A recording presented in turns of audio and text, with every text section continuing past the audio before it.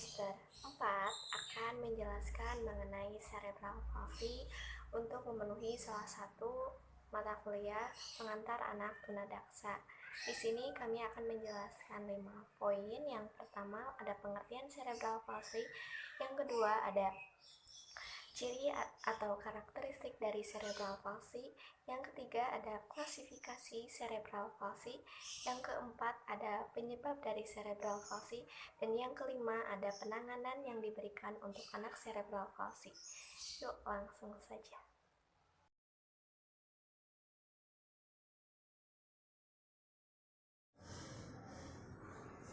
Di sini saya akan menjelaskan pengertian dari cerebral palsy. Apa sih itu cerebral palsy?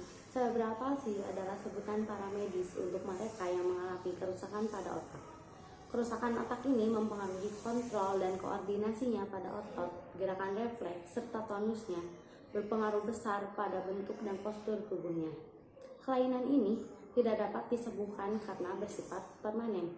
Akibatnya, anak cerebral palsy yaitu mereka mengalami kesulitan dalam mengontrol gerakan-gerakan tubuhnya karena kesalahan dari otot-otot yang memerintah pada otaknya.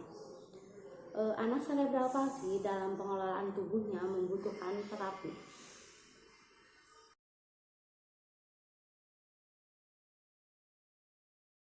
Perkenalkan, nama saya Imelda Dua. Di sini saya akan menjelaskan tentang karakteristik anak cerebral palsy atau CP. Mereka yang menderita CP tidak serta merata gejalanya dapat dilihat begitu saja setelah bayi dilahirkan. Ciri-ciri CP akan diketahui saat bayi berusia hampir 1 tahun, karena umumnya mereka mengalami gangguan ortopedi. Ciri-ciri CP yang biasa tampak pada anak pengidap CP antara lain: 1. Gangguan tonus otot. Ciri ini akan begitu mencolok terlihat karena mereka mengidap CP akan mengalami kesulitan dalam mengontrol kemampuan otot mereka untuk kerjasama dalam mempertahankan stabilitas tubuhnya. 2 gejala utama dari tonus abnormal adalah hipotonia dan hipertania. Tetapi tonus dapat dijelaskan pula dengan cara perbandingan berikut. 1. Hipotania, yaitu penurunan tonus otot atau ketegangannya, yaitu flaccid, relax atau floppy. Yang kedua, hipertania, yaitu meningkatnya tonus otot atau ketegangan, yaitu lengan, tungkai, dan menjadi kaku. Yang ketiga, distonia, yaitu naik turunnya tonus otot.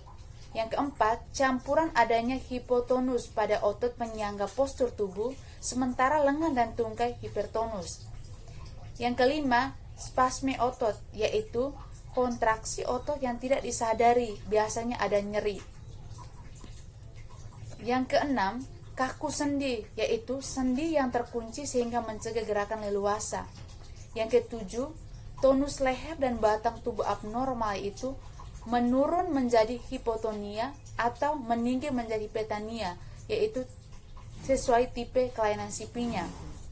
Yang kedelapan, klonus, yaitu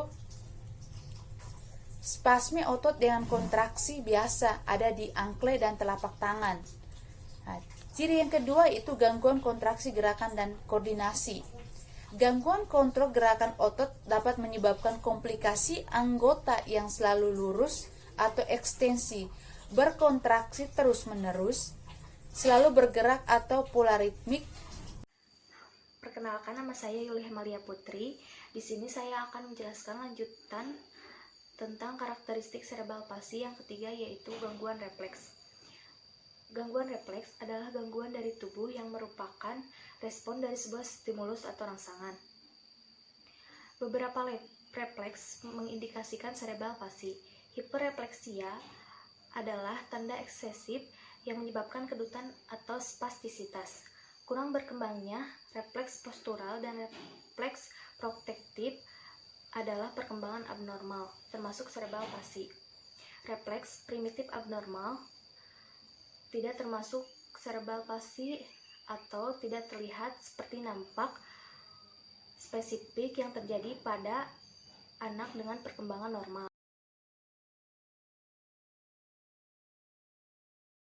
Warahmatullahi wabarakatuh. Perkenalkan, nama saya Regina Mardiansa. Di sini saya akan menjelaskan tentang klasifikasi cerebral palsy. Penggolongan menurut derajat kecacatan ada 3. 1. Golongan ringan. 2. Golongan sedang. 3. Golongan berat. Golongan ringan mereka yang dapat berjalan tanpa menggunakan alat, berbicara tegas, dapat menolong dirinya sendiri dalam kehidupan sehari-hari. Sedangkan golongan sedang, mereka yang membutuhkan treatment atau latihan khusus untuk berbicara, berjalan, dan mengurus dirinya sendiri, memerlukan alat khusus seperti badge, coach, dan lain-lainnya. Golongan berat yang terakhir, mereka yang tetap membutuhkan perawatan, tetap dalam ambulan, berbicara, dan menolong dirinya sendiri, tidak dapat hidup sendiri di tengah kemasyarakatan. Perkenalkan, nama saya Hoirunisa. Di sini saya akan menjelaskan lanjutan mengenai klasifikasi cerebral palsy yang kedua. Penggolongan menurut topografi. Yang pertama ada monoplegia, hanya satu anggota gerak tubuh yang mengalami kelumpuhan. Yang kedua ada hemiplegia, lumpuh anggota gerak atas dan bawah, misalnya tangan kanan dan kaki kanan. Yang kedua ada paraplegia, lumpuh pada kedua tangan atau kaki. Yang keempat triplegia, 3 anggota gerak mengalami kelumpuhan, misalnya kedua kaki dan 1 tangan kanan. Yang keempat ada quadriplegia, kelumpuhan pada seluruh anggota gerak. Bismillahirrahmanirrahim. Perkenalkan, nama saya Nisa Nurashifa. Di sini saya akan menjelaskan mengenai lanjutan dari klasifikasi cerebral palsy yang ketiga, yaitu penggolongan menurut fisiologi kelainan gerak.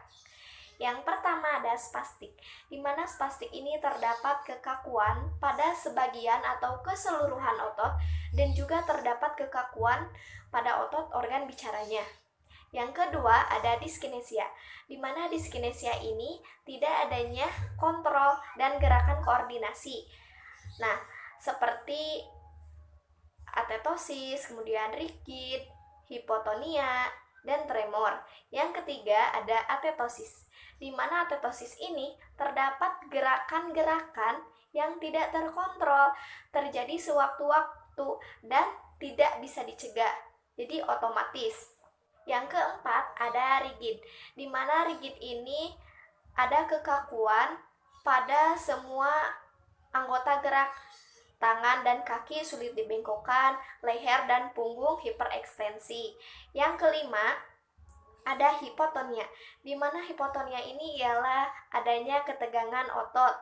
Otot tidak mampu memberikan respon rangsangan yang diberikan. Kemudian 6 ada tremor, di mana tremor ini ialah getaran-getaran kecil atau ritmis yang terus-menerus pada mata, pada tangan, atau kepala. Yang ketujuh, ataksia, di mana ataksia ini adanya gangguan keseimbangan. Nah, langkahnya seperti orang mabuk, kadang lebar, kadang pendek, jalannya gontai, dan jika mengambil suatu barang, salah perhitungan. Kemudian yang ke-8, yang terakhir ada mix. Seperti kita ketahui bahwa mix itu ialah campuran. Nah, mix di sini juga ialah campuran dari beberapa yang telah saya paparkan.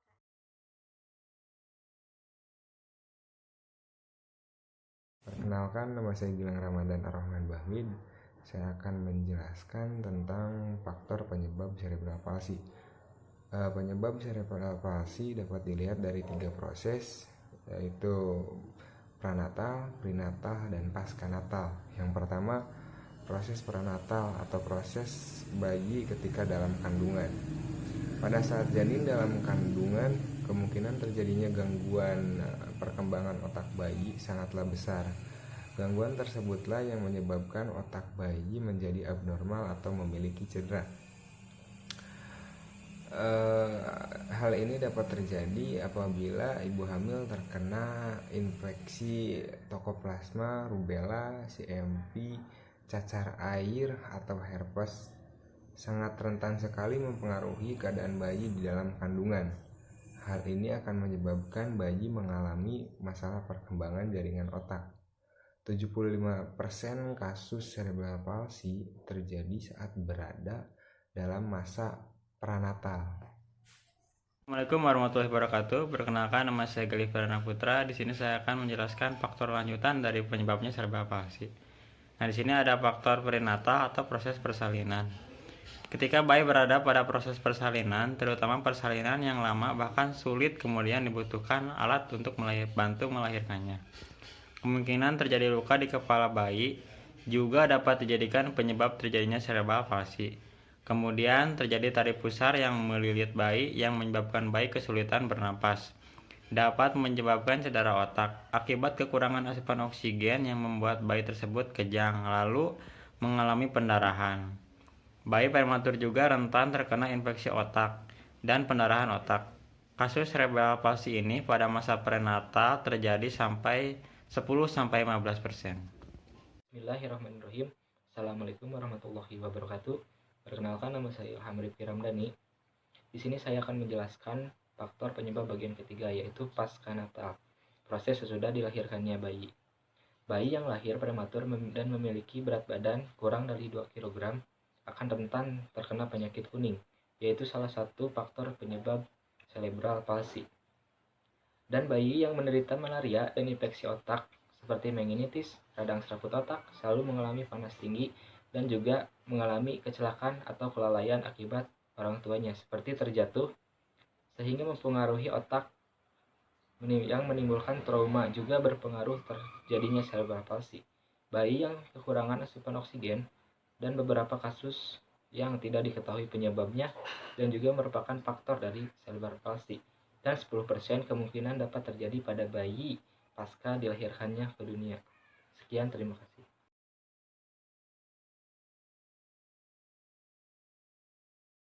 Assalamualaikum warahmatullahi wabarakatuh. Nama saya Galda Galia Novali.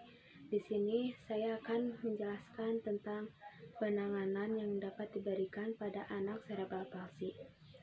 Anak dengan cerebral palsy membutuhkan penanganan secara intensif. Dalam hal ini, perhatian dari orang tua harus mampu memantau perkembangan anak itu sendiri. Pada umumnya, penanganan penderita cerebral palsy itu meliputi yang pertama, medik. Pada keadaan ini perlu kerjasama dari orang tuanya dengan suatu tim dokter anak, neurolog, psikiater, dokter mata, dokter THT, ahli ortopedi, psikolog, fisioterapi, dan lain-lain. Yang kedua, fisioterapi. Tindakan ini harus segera dimulai secara intensif. Orang tua turut membantu program latihan yang telah diberikan oleh fisioterapi di rumahnya. Yang ketiga, tindakan bedah. Bila terdapat hipertonus otot atau hiperspastisitas, dianjurkan untuk dilakukan pembedahan otot, tendon, atau tulang untuk reposisi kelainan tersebut. Yang keempat, obat-obatan. Cerebral palsy dengan gejala motorik ringan adalah bayi. Makin banyak gejala penyertanya dan makin berat gejala motoriknya, makin buruk prognosisnya. Pemberian obat-obatan pada cerebral palsy bertujuan untuk memperbaiki gangguan tingkah laku, neomotorik, dan untuk mengontrol serangan dari kejang-kejang. Sekian dari saya. Selanjutnya akan dijelaskan oleh teman saya. Wassalamualaikum warahmatullahi wabarakatuh. Assalamualaikum warahmatullahi wabarakatuh. Perkenalkan, nama saya Milda Ayu Firdiati. Di sini saya akan menjelaskan lanjutan materi dari penanganan yang dapat diberikan pada anak cerebral palsy. Di sini saya akan menjelaskan poin kelima, yaitu tindakan keperawatan. Tindakan keperawatan adalah mengobservasi dengan cermat bayi-bayi yang baru lahir yang beresiko mengalami cerebral palsy secara cermat dengan mengamati riwayat kehamilan dan kelahirannya. Selanjutnya poin keenam, yaitu terapi SI. Terapi SI itu yaitu terapi yang sering digunakan sebagai pendamping utama penderita cerebral palsy. Terapi ini dirancang khusus untuk penderita cerebral palsy, contohnya dengan permainan perosotan dengan derajat kemiringan tertentu agar fisik anak terlatih dan dapat mengurangi. Selanjutnya saya akan melanjutkan poin ke-7, yaitu okupasional terapi. Okupasional terapi yaitu ditunjukkan untuk meningkatkan kemampuan untuk menolong diri sendiri, memperbaiki kemampuan motorik halus, dan penderita juga dilatih supaya bisa mengenakan pakaian, minum, makan dengan sendirinya, dan keterampilan lainnya. Selanjutnya di sini poin yang terakhir, yaitu reduksi dan rehabilitasi. Dengan reduksi dan rehabilitasi, penderita perlu diberikan fisioterapi yang bertujuan untuk mengembangkan berbagai gerakan yang perlu dilakukan untuk memperoleh keterampilan secara independen untuk aktivitas sehari-hari. Dan juga perlu dididik sesuai dengan tingkat inteligensinya, misalnya disekolahkan ke sekolah luar biasa maupun sekolah umum. Demikian yang dapat saya sampaikan. Wabillahi taufiq wal hidayah. Wassalamualaikum warahmatullahi wabarakatuh.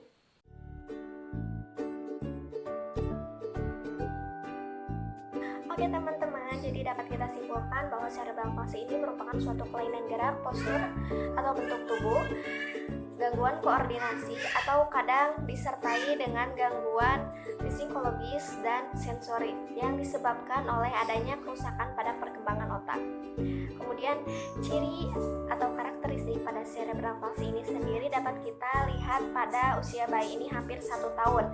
Nah, ciri-cirinya yang pertama ada gangguan otot tonus, yang kedua ada gangguan gerakan koordinasi, dan yang ketiga ada gangguan refleks.